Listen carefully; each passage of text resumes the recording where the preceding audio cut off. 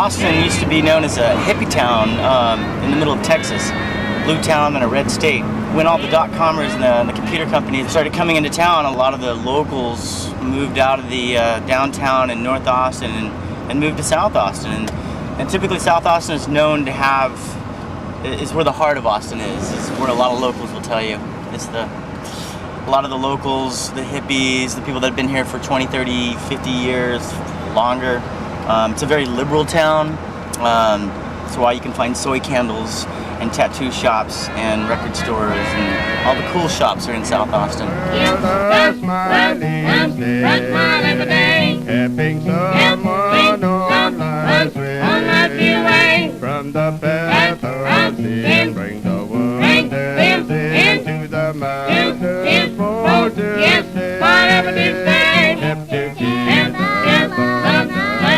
lonely and sad, help to make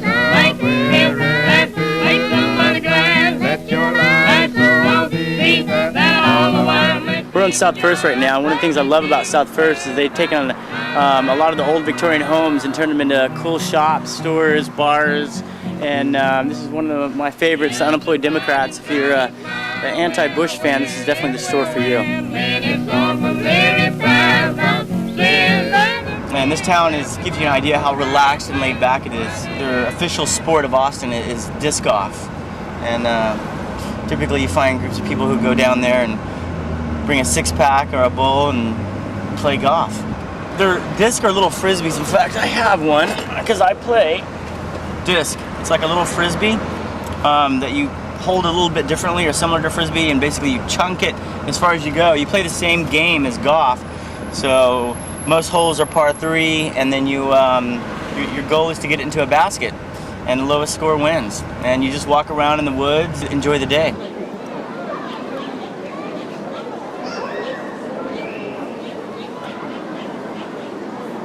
We're at Barton Springs swimming hole. Definitely one of the best spots in town. It's the largest inner city park next to Central Park in New York.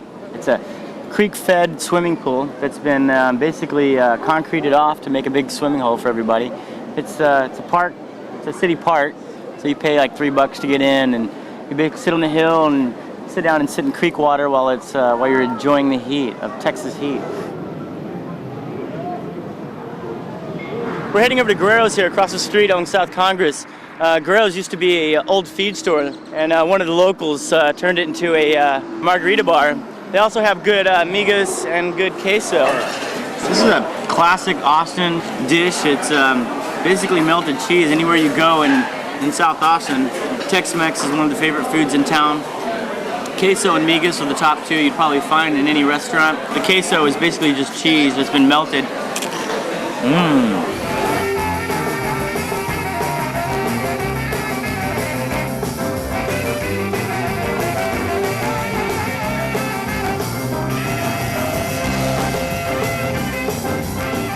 We're at Blues on the Green, Zilker Park. That happens every other Wednesday all summer long.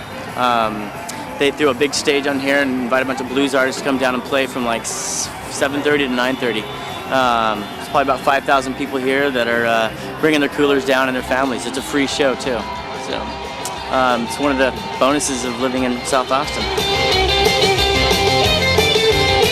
It's the live music capital of the world.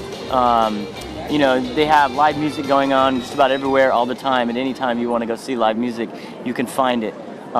They have probably more music clubs here per capita than anywhere else I've ever been, including New York City. I moved here almost 3 years ago, and I moved here from Santa Barbara, California.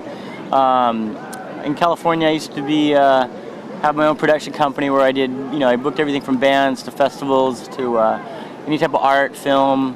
That's what I've been involved in for the last 10 years. And just got too expensive in California. Can't afford. I went from a 2-bedroom cottage for $2,000 a month to a 2-bedroom apartment for $600 a month when I moved here to Austin. That's the main reason why I left California. It just got too expensive to live. But there's a lot of film, there's a lot of art, there's a lot of festivals here.